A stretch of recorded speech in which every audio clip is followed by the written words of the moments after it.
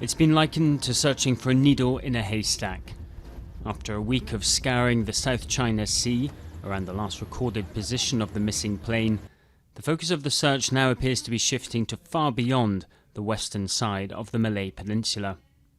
We, in an investigation led by the Malaysian government, an investigation that involves many nations with many assets, are following leads where we find them. And it's my understanding that based on some new information that's not necessarily conclusive, but new information, an additional search area may be opened in the Indian Ocean.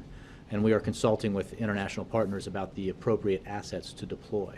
What this new information is has yet to be officially disclosed. Meanwhile, for the families of the 239 people on board, the wait continues. Many of them have been holed up in a hotel in Beijing, the missing jet's original destination. I hope Malaysia is a country that can keep its promises, that what their spokesman said will count. Malaysia should take full responsibility. I hope it can do everything it promised us. I don't want to have the impression Malaysia is a rogue country. The Malaysian authorities have been criticised for their handling of the crisis.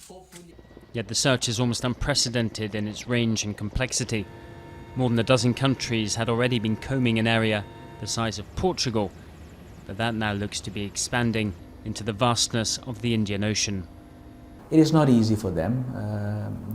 Malaysia hasn't had an experience in dealing with a major air accident for quite some time.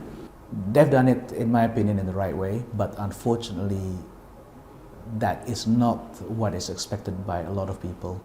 Some commentators have drawn comparisons to the disappearance of an Air France jet over the Atlantic in 2009. It took 5 days to locate that plane and 2 years to retrieve the black box flight recorder, suggesting perhaps that there may be some time yet before we fully understand just what exactly happened to flight MH370.